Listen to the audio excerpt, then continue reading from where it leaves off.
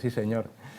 Hoy me gustaría hablaros de, si se puede poner en la presentación, lo agradecería, de dos montes o dos montañas, de dos cosmovisiones, pero sobre todo de dos identidades y de dos ciudadanías o dos ciudades. A ver, muy bien. Para empezar necesito una imagen en pantalla porque cuando estuve acabando mi formación teológica en Francia, fui de las últimas generaciones que tuvimos la bendición de ir allá, había una visión, a ver, ese otro botón, siempre es otro botón, claro, este tampoco, no, el otro, o lo habéis quitado vosotros o lo he quitado yo, igual es posible, a ver. Este. Vale. Muy bien, ahí está. Vale. Había una vista que nos encantaba. Esta es la vista de la ciudad de Ginebra, pero desde arriba del monte que está enfrente, que es una cadena montañosa. Este es el monte Salève. El seminario que tenemos allí está en un pueblecito que se llama Collonges-sous-Salève, el pueblo de Collonges, que para los valencianos tiene otro significado, bajo el Salève. Y es muy curioso porque me contó un profesor de historia que tuve, Jean-Michel Martin, que el Salève está en la zona francesa, igual que Collonges-sous-Salève. Ginebra está en la zona suiza. Y resulta que en 1960 unos estudiantes adventistas pintaron un escudo en la parte alta de la montaña. Ahí no lo podéis ver bien y no lo pintaron exactamente así, pintaron este escudo en la parte alta de la montaña, que es la bandera suiza, en la parte alta de la montaña que está en la parte francesa. Como os podéis imaginar, hubo algunas personas a las que esto no les hizo ninguna gracia, así que se subieron a la montaña ellos también, y aprovechando que el escudo de aquella zona de Francia, la Alta Saboya, es muy similar al de los Suiza, lo que hicieron fue alargar los brazos de la cruz y taparon la bandera suiza. Y de esa manera no tenían que soportar tener en su montaña el escudo de los suizos en vez de tener un símbolo francés. De hecho, esto es una historia que no se sabe muy bien quién la protagonizó. Jean-Michel Martin, por lo menos cuando nos la contó a nosotros, le preguntamos específicamente, dijo: tururú, no se sabe, eso no se sabe y no se va a saber. Pero lo que sí sé es que cuando los franceses tuvieron que tomar medidas para antes del confinamiento, en el 2020, una de las medidas que tomaron fue la de volver a repintar su bandera, porque es importante tener en tu montaña tu bandera. Es muy curioso porque desde siempre las montañas es algo que llama la atención. Son referentes y suelen estar cargadas de significado. Tenemos ejemplos muy conocidos en todas las culturas. Aquí en España tenemos Montserrat, Montsegur en Francia, último bastión cátaro. Si os hablo del monte Olimpo, sabéis que en Grecia es donde los griegos decían que vivían los dioses, o el monte Parnaso, a cuyas faldas estaba el oráculo de Delfos, o el monte Fuji en Japón, que todos conocemos. Hay una frase que me gusta mucho, de Joan Soldevila: la montaña simboliza en todos los pueblos la proximidad con el mundo espiritual o divino, pues domina el mundo de los hombres y se eleva hasta el cielo. La Biblia no es ajena a este pensamiento. En la Biblia encontramos muchísimas montañas que tienen un profundo significado, mucho significado. Pero hoy, además con el tiempo que tenemos, me gustaría centrarme únicamente en las dos más importantes, las principales. La primera es la montaña o el monte de Horeb. A esta zona llega Moisés, y Moisés, ahí no lo voy a poder leer, me voy a tener que girar aquí, disculparme, y Moisés, cuando Dios lo llevó para Madián y Dios lo reeducó, Dios lo tenía allí pastoreando ovejas y lo tenía enclaustrado dentro de los baluartes que formaban las montañas. Allí Moisés estaba solo con Dios. Los magníficos templos de Egipto ya no le impresionaban con su falsedad y superstición. En la solemne grandeza de las colinas eternas, Él percibía la majestad del Altísimo y, por contraste, comprendía cuán impotentes e insignificantes eran los dioses de Egipto. Por todo lugar veía escrito el nombre del Creador. Moisés parecía encontrarse ante su presencia, eclipsado por su poder. Allí fueron barridos su orgullo y su confianza propia, del que iba a ser el próximo faraón. En la austera sencillez de su vida en el desierto, desaparecieron los resultados de la comodidad y el lujo de Egipto. Moisés llegó allí a ser paciente, reverente y humilde. Y dice el texto, muy manso, más que todos los hombres que había sobre la tierra. Y sin embargo, era fuerte en su fe en el poderoso Dios de Jacob. Esta es una cita de Patriarcas y Profetas, de la hermana White. Dios lo preparó de esta manera en Horeb, hasta que estuvo listo. Y entonces lo llamó en el episodio de la zarza ardiente, donde le habló, Moisés escuchó y Moisés aceptó la misión que Dios le encomendó específicamente. Voy a pasar rápidamente por encima de todo lo que supuso el éxodo, la salida de Egipto, pero simplemente os digo que no es de extrañar que, teniendo la historia que Moisés tenía y habiendo Dios hecho con él la reeducación que había hecho, no es de extrañar que nada más sacar a su pueblo de Egipto, Dios lo citase exactamente en la misma montaña, a la que la Biblia también llama Sinaí. El monte Horeb y el Sinaí es el mismo. Y allí Dios le entregó los 10 mandamientos. Y Moisés escribió el resto de la ley para que aquel pueblo que acababa de sacar de la esclavitud de Egipto, que tenía una mente que había cambiado mucho desde la época de los patriarcas, fuera renovada a imagen de Dios, para que fueran santos como Dios es santo. Dios les va a entregar una serie de instrucciones muy precisas, para que, como si fueran niños pequeños, aprendieran cómo portarse bien. Dios aquí utilizó el conductivismo, el comportamiento, para que de esta manera, diciéndoles cómo tienen que hacer las cosas, aprendiendo a portarse bien, aprendieran a diferenciar, y la Biblia lo dice directamente, entre lo bueno y lo malo. Y de esta manera, viviendo de esta manera, llegaran a entender por qué lo bueno es bueno y por qué lo malo es malo. De hecho, incluso Dios hace una puesta en escena para entregarles la ley a su pueblo impresionante. Al amanecer del tercer día hubo relámpagos y truenos, y una espesa nube se posó sobre el monte. Un fuerte sonido de trompetas hizo que todos en el campamento temblaran de miedo. Terremoto, tormenta. Salieron del campamento porque Dios así se lo había pedido. Y entonces Moisés habló con Dios, Dios le respondía a Moisés, y todo el pueblo estaba detrás de Moisés esperando a ver qué iba a pasar.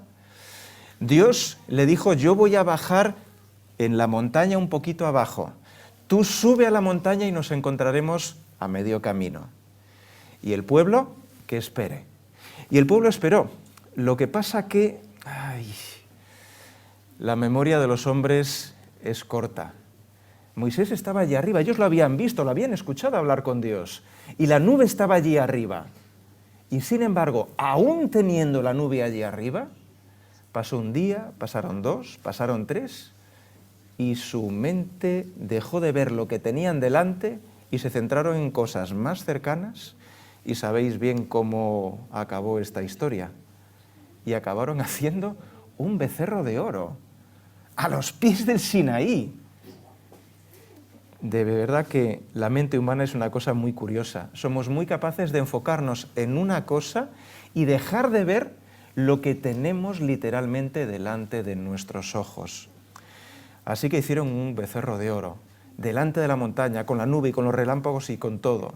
Así que cuando Moisés bajó con las tablas de la ley, pues dice el texto que las rompió ante todo el pueblo. Yo supongo que las rompió ante todo el pueblo por no partírselas a alguien en la cabeza. No sé, porque en ese contexto, que ni siquiera hubieran llegado a esperar un poquito, hay que reconocer que la recepción de la ley será un proceso que llevará mucho tiempo, y su integración, y en el que el pueblo muchas veces se perderá, se extraviará.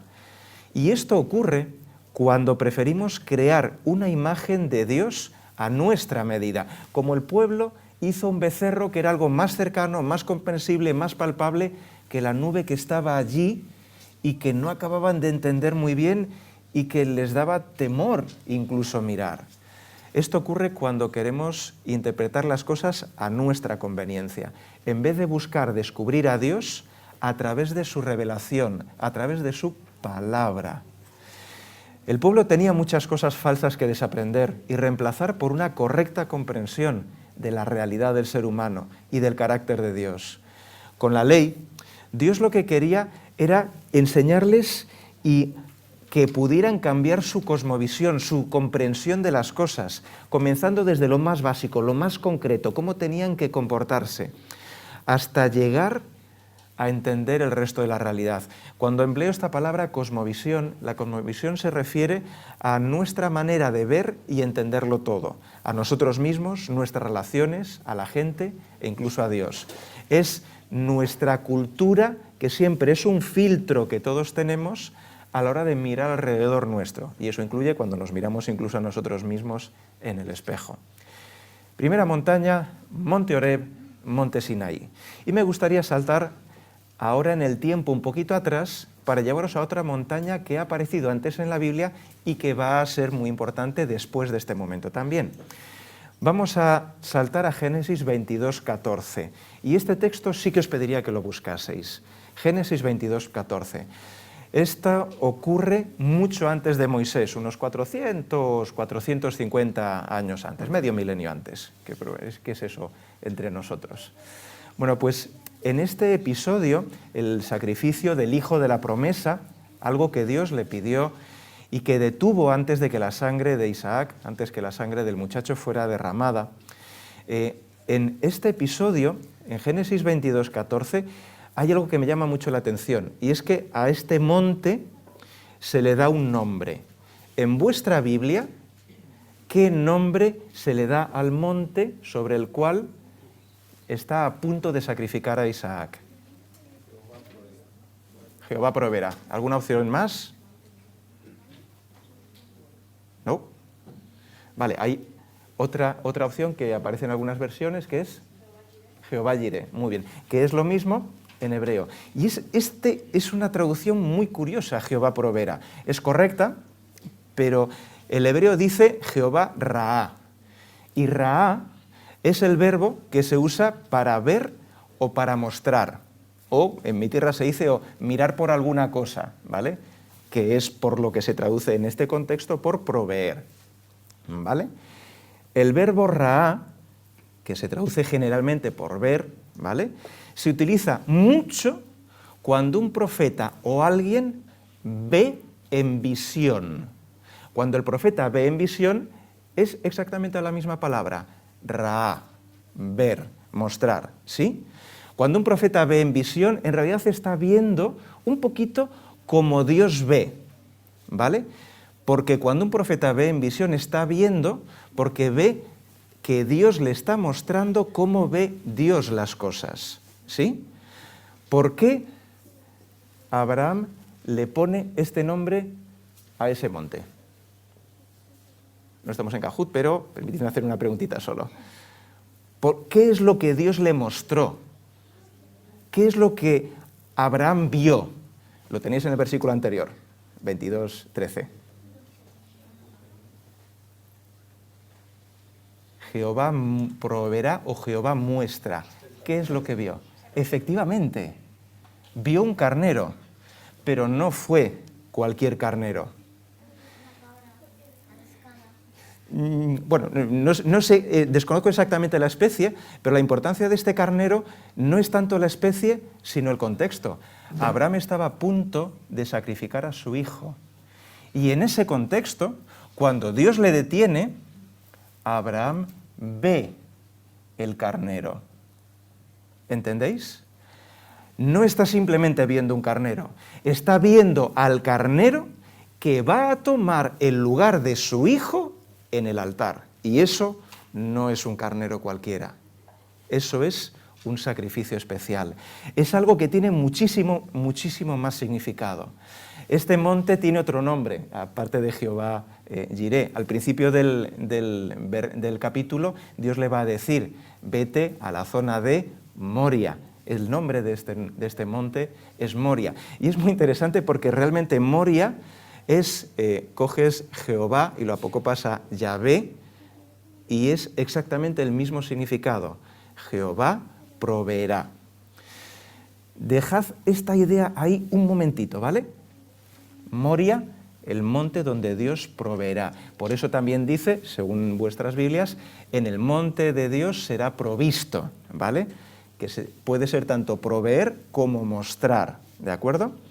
Vamos a dar un salto desde Abraham, ahora pedazo salto, de casi 1000 años hacia adelante, hasta poquito después del año 1000 a.C., cuando el rey David toma la ciudad de los Jebuseos, que está sobre el monte Sión. Y el rey David hace de la ciudad de los Jebuseos, Jerusalén, la capital de Israel. Bueno, pues David quiere construir un templo a Dios, pero no le es permitido. Lo va a construir su hijo Salomón, y lo va a construir en el lugar que Dios le muestra. Dios le dice a Salomón dónde tiene que construir el templo. Y se lo dice específicamente. Le dice, según 2 de Crónicas 3.1, Cajut de la semana pasada, ¿cómo se llama el lugar donde Dios le mostró a Salomón para construir el templo? Moria.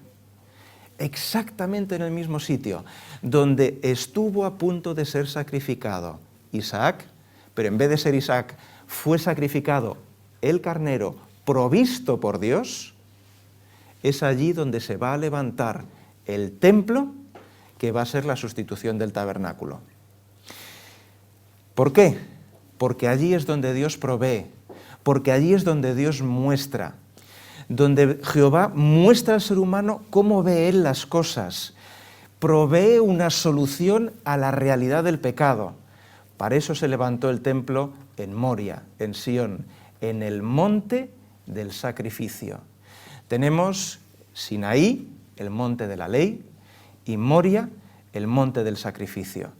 Y esto es algo que es verdaderamente triste, porque cuando vino el sacrificio provisto por Dios, Jesús, no fue aceptado por el pueblo que se estaba preparando para recibir al Mesías. Fue rechazado, y lo que hicieron con Jesús pues fue cogerlo y crucificarlo. Y le crucificaron además muy cerca de Jerusalén, enfrente, pero fuera de ella. La razón de la crucifixión de Jesús, hay muchas razones teológicas, pero a nivel sociológico, a nivel práctico, o político, o geopolítico, como queráis decir, fue que Jesús desafió lo que era ser judío, lo que ellos pensaban que eran. Desafió su cosmovisión y su misma identidad.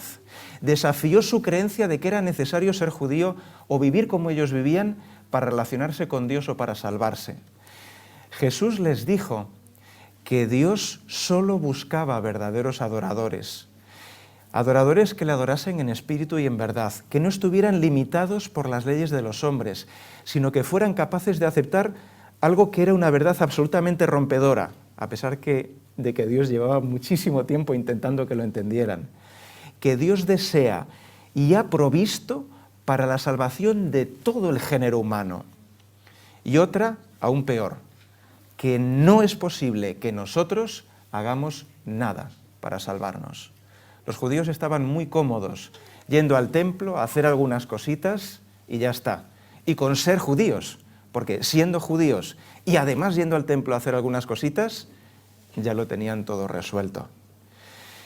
El problema era que aquellos que decían seguir la ley de Moisés, igual que habían hecho sus antepasados en el Sinaí, habían hecho un becerro de oro.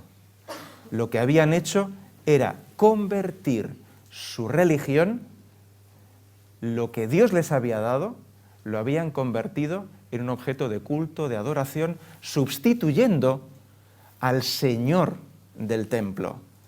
Me resulta súper interesante cuando el texto bíblico dice que el Señor del templo vino a su casa y los suyos no le recibieron, si era el Señor del templo.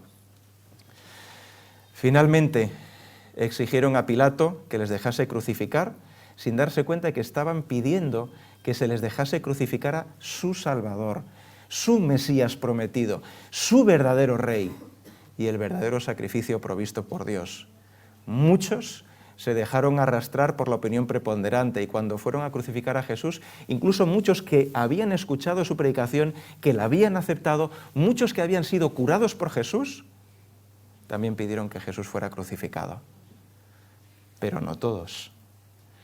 Hubo otros judíos que sí habían creído en Jesús y que continuaron creyendo en él. Y estas personas fueron los primeros cristianos y constituyeron la primera iglesia. Ellos, como sus antepasados recién salidos de Egipto, tenían muchas cosas falsas, incorrectas que desaprender y reemplazar por una comprensión correcta de la realidad del ser humano y del carácter de Dios. Ellos aceptaron que necesitaban una nueva cosmovisión y una nueva identidad, que necesitaban entender lo que Jesús les había indicado e incluso crecer más allá, que necesitaban ver las cosas, acabar de verlas como Jesús se las había mostrado.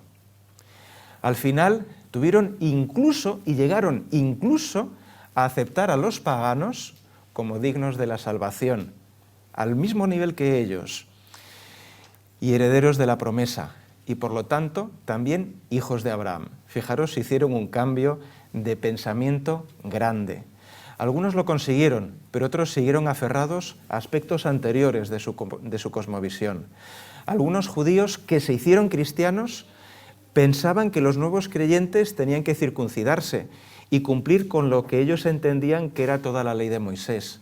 Algunos de los primeros cristianos eran en realidad judeocristianos, porque seguían aferrados a la circuncisión como señal del pacto y de la salvación. Y de esa manera dejaban de dar importancia al bautismo en agua, al bautismo del Espíritu Santo y a la salvación a través de Jesús como el nuevo pacto. Eran cristianos, pero seguían viviendo en un antiguo pacto sin darse cuenta de que Jesús había venido para hacer un nuevo pacto y quitar sus corazones de piedra y cambiarlos por un corazón de carne, en el cual Dios quería inscribir su ley completa, no la anterior, que era parcial, sino la completa.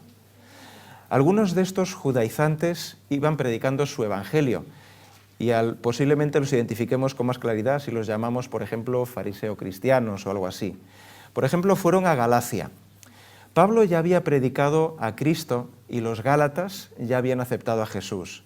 Pero estos hermanos le enseñaron que eso no era suficiente, que su nueva identidad en Cristo estaba bien, pero para ser buenos cristianos tenían que ser antes buenos judíos. Si no, no era suficiente. Y esto incluía la circuncisión. Dejadme aquí que os explique un par de cositas de los gálatas. Los galos de Galacia, que estaban en el centro de la actual Turquía, tenían como dios supremo a la diosa. Nosotros esta diosa la conocemos más como la Cibeles. Además aquí nos toca muy cercano. Diosa de la tierra, diosa de las montañas y las cavernas y madre de los dioses.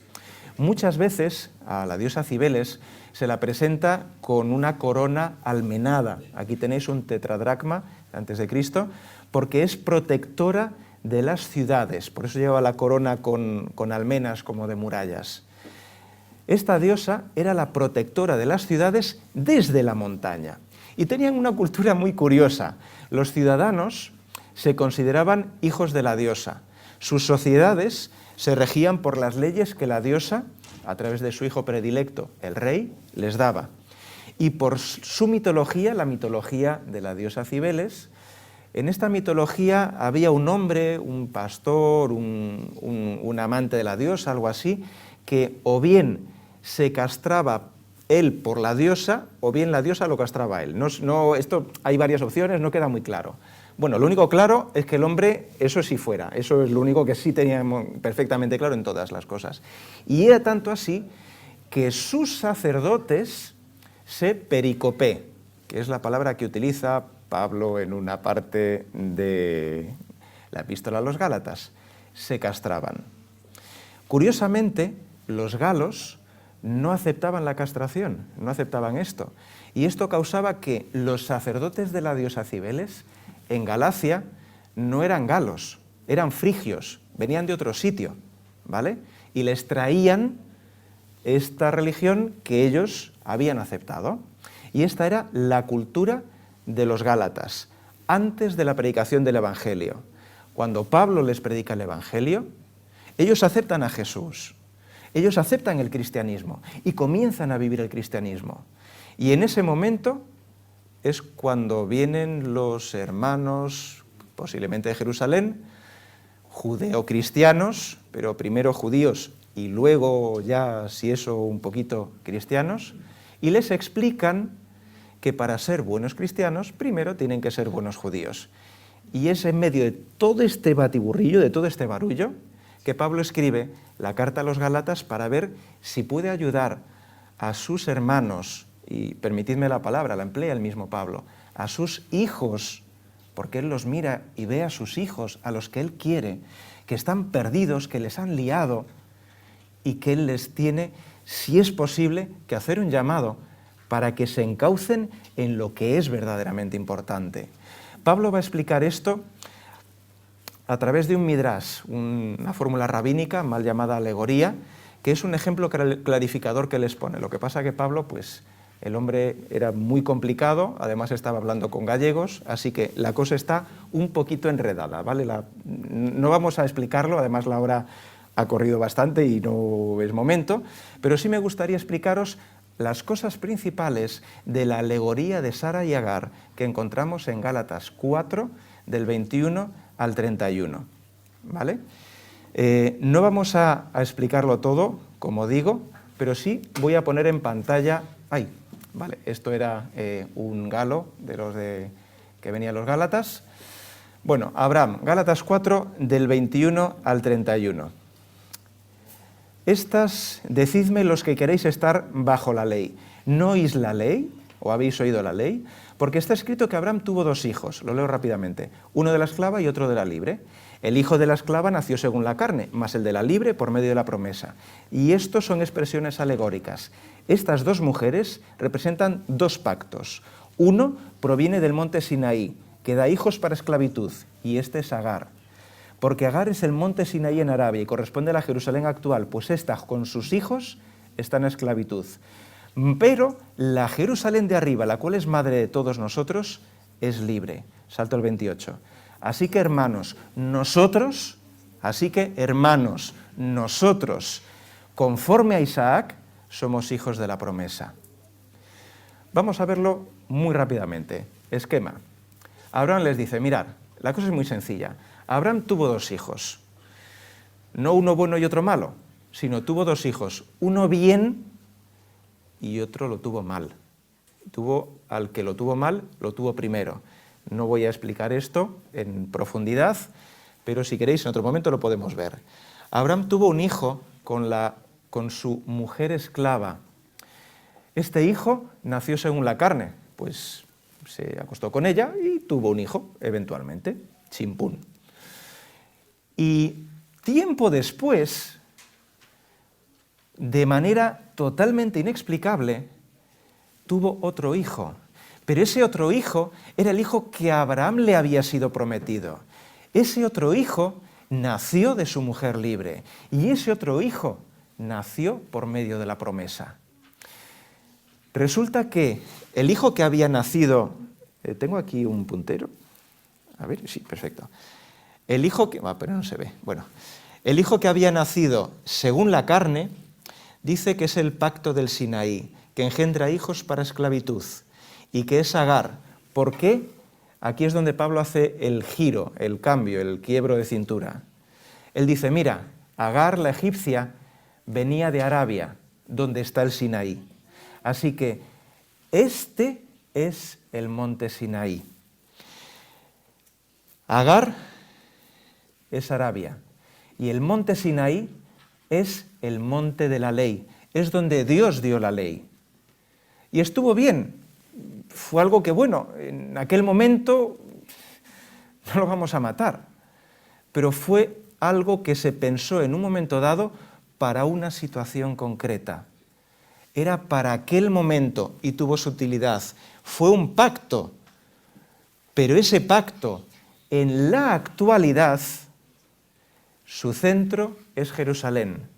Y si tú miras a Jerusalén, sus hijos, los hijos de Jerusalén, no están en libertad, sino en esclavitud. Me gustaría hacer aquí un pequeñísimo paréntesis que me he saltado por ir demasiado rápido, y es lo siguiente. Cuando en el texto bíblico aparece la expresión hijo de, no te está hablando de que sea descendiente de. El decir de alguien que es hijo de otro es que es o bien similar al otro o es que está vinculado de alguna manera, porque tiene el mismo estilo, porque hace las cosas de la misma manera. De hecho, una persona puede ser hija de otra mediando siglos de separación y ninguna filiación genética, simplemente porque sea el heredero de, porque se haya constituido a sí mismo incluso en el heredero de.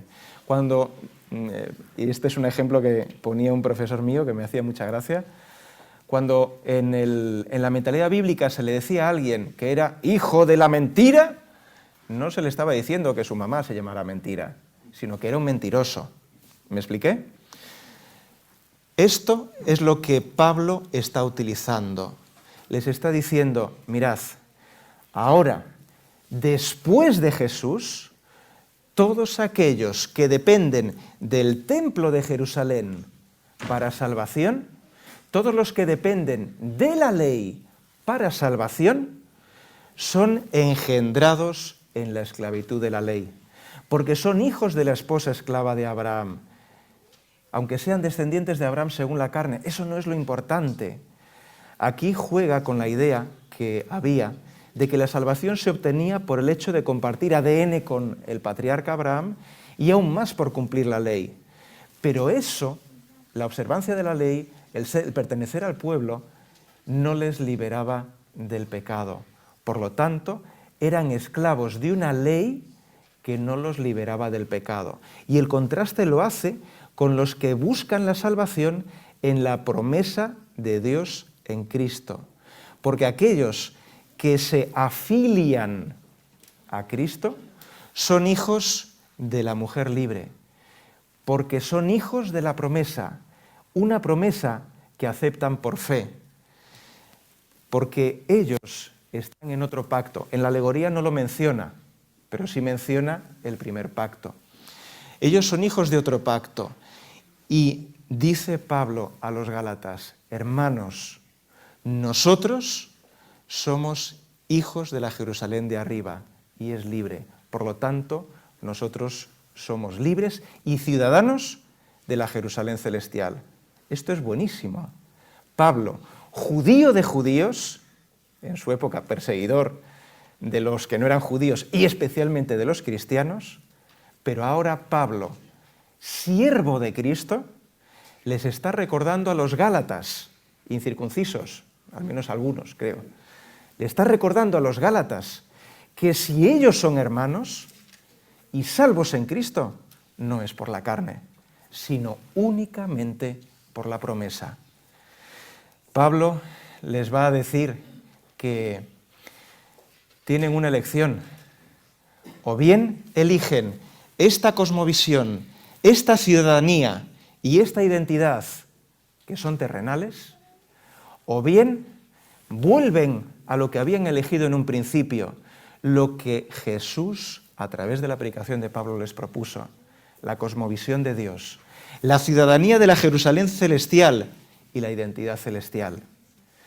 Pablo, un poquito antes, como tiene confianza con los Gálatas, ha tenido palabras bastante fuertes. Pablo les va a decir, Gálatas insensatos, ¿quién os fascinó para no obedecer a la verdad? A vosotros, ante cuyos ojos Jesucristo fue ya presentado claramente entre vosotros como crucificado. Solamente quiero saber una cosa de vosotros. ¿Recibisteis el Espíritu por las obras de la ley o por el oír con fe? ¿Tan necios sois? Habiendo comenzado por el Espíritu, ¿ahora vais a terminar por la carne? Todos tenemos una cultura y bueno, eso es normal, seas gálata o fariseo cristiano. Pero Dios te invita, como Pablo invitó a los gálatas, a estar firmes en la libertad con que Cristo nos hizo libres y no estar sujetos al yugo de la esclavitud. que lo que hagamos, que lo que pensemos, que nuestra manera de mirar no sea por una contabilidad de lo que tengo que hacer o lo que tengo que dejar de hacer, lo que debo o lo que me deben, que sea porque hemos aprendido que Dios nos amó primero y Él primero lo dio todo por nosotros. Entonces podremos entender si miramos lo que Dios nos está mostrando. Dios nos invita a dejarnos adoptar por Él y a adoptar nosotros su cosmovisión. ¿Cómo tener esta cosmovisión de Dios? 2 versículos. La parábola del samaritano, buenísima. Jesús pregunta, bueno, ¿y la ley? ¿Eso de la ley? ¿Qué es lo importante de la ley? Y le responden, amarás al Señor tu Dios con todo tu corazón y con toda tu alma y con todas tus fuerzas y con toda tu mente y a tu prójimo como a ti mismo. Le respondieron eso a Jesús. Y Jesús, permitidme un poquito la licencia, estoy seguro de que en aquel momento, si no sonrió con toda la boca, como mínimo sonrió con los ojos por encima de la mascarilla. Y Jesús lo miró y le dijo, bien has respondido, haz esto y vivirás. Y en Romanos el mismo Pablo nos recuerda, no os adaptéis a las formas de este mundo, sino transformaos por medio de la renovación de vuestra mente, para que comprobéis así cuál es la voluntad de Dios, lo bueno, lo que le agrada y lo perfecto.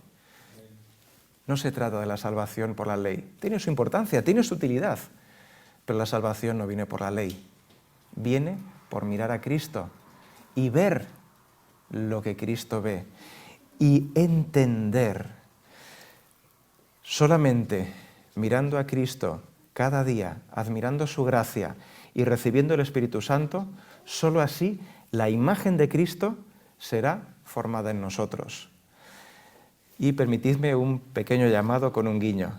Tenemos que ser como Einstein, cuyo mayor anhelo era conocer la mente de Dios, porque él sabía que el resto son detalles.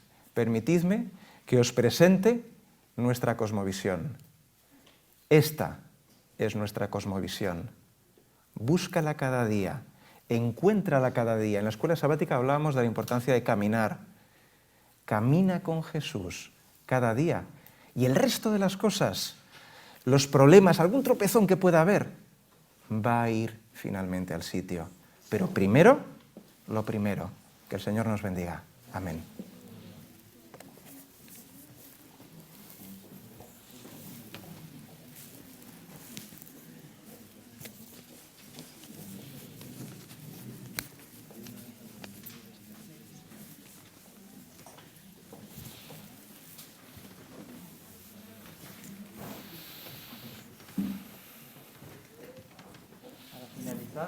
Invito a mis hermanos que nos pongamos de pie para entonar el himno 528, Por montañas muy cansado.